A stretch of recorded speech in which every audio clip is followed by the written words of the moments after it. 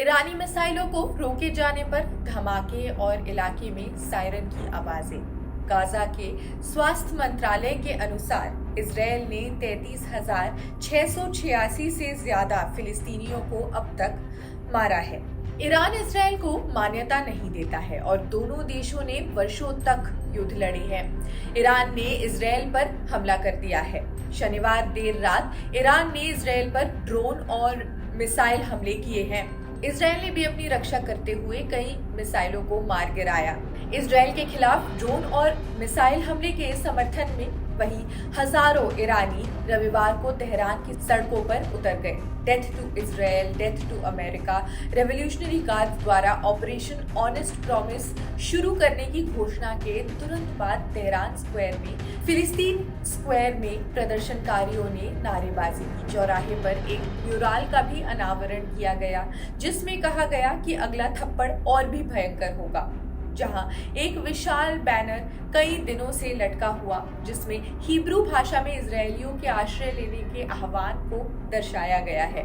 रविवार को प्रदर्शनकारियों ने गॉड्स विक्ट्री इज नियर लिखे बैनरों के साथ ईरानी और फिलिस्तीनी राष्ट्रीय झंडे भी लहराए।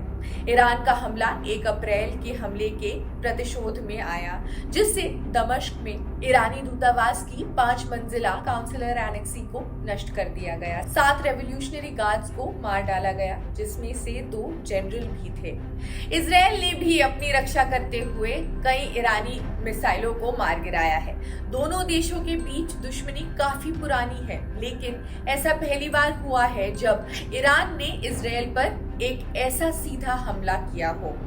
अब जो सूत्र है उनके अनुसार ईरान ने इजरायल पर 100 से अधिक ड्रोन और मिसाइल हमले किए हैं। हालांकि सभी हमलों को इजरायली सेना के डिफेंस सिस्टम ने नाकाम कर दिया।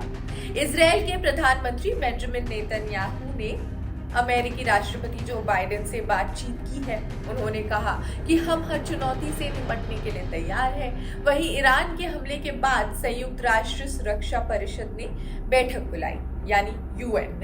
ईरान के सर्वोच्च नेता आयतुल्लाह अली खुमैनी ने प्रतिज्ञा ली, दुष्ट इजरायली शासन को दंडित किया जाएगा। Evil Israeli regime will be punished। Irani media ने इजरायल पर हमले को जटिल बताया क्योंकि इसमें यमन, लेबनान और इराक भी ईरानी सहयोगी हैं। तस्नीम समाचार एजेंसी ने कहा ये हमला केवल ईरान से नहीं हुआ है और इस शासन यानी इजरायल को 4 दिशाओं से दंडित किया जा रहा है।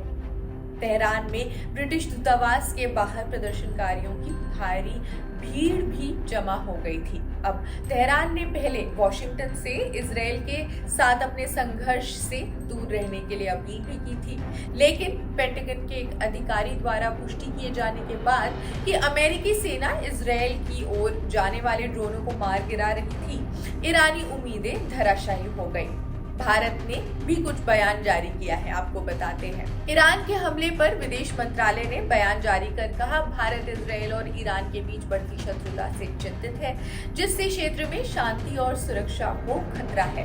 हम तत्काल तनाव कम करने, संयम बरतने, हिंसा से पीछे हटने और कूटनीति के रास्ते पर लौटने का आह्वान करते हैं। ईरान विश्वविद्यालय के 43 वर्षीय प्रोफेसर एहसान कहते हैं, जवाबी कार्रवाई करना तार्किक जरूर है। उन्होंने कहा, युद्ध हमेशा बुरा और चिंताजनक होता है। जिस व्यक्ति ने युद्ध का अनुभव किया है वो कभी इसका समर्थन नहीं करेगा, लेकिन कभी कभी शांति प्राप्त करने के लिए युद्ध आवश्यक होता है। खैर, हम आप तक जो भी अपडेट्स है वो पहुंचाते रहेंगे। बाकी देश दुनिया की सभी खबरों के लिए जुड़े रहिए जनसत्ता के साथ। शुक्रिया।